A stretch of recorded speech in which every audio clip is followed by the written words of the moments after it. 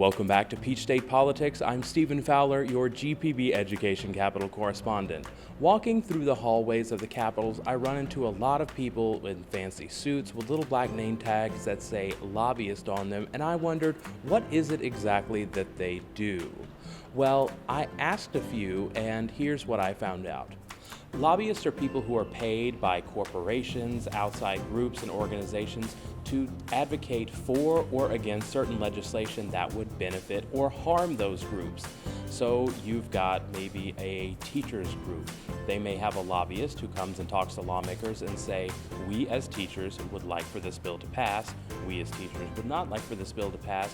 We as teachers think there need to be a bill that does this. So they're kind of go-betweens between different groups and organizations and the lawmakers who make the laws. Now, sometimes lobbyists can represent multiple different groups at once, so they wear a lot of different hats. I met a guy who represents hospitals and fast food groups and doctors, and so he's got a lot of different bills to look at. Now, lobbyists cannot go onto the House or Senate floor, which is why you'll see something called the ropes outside of the Capitol, and it's called working the ropes when lobbyists come up and ask to speak to a legislator and say, we like this bill or we don't like this bill.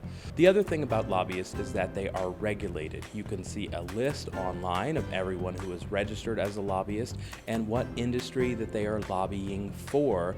So that way you know who you're talking to and what interests that they have.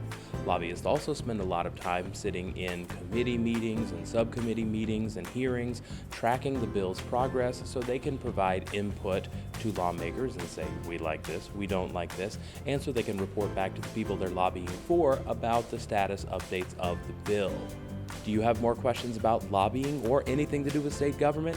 Send me a message at gpb.org/PSP. I'm Stephen Fowler, your GPB Education Capital correspondent. Thanks for watching.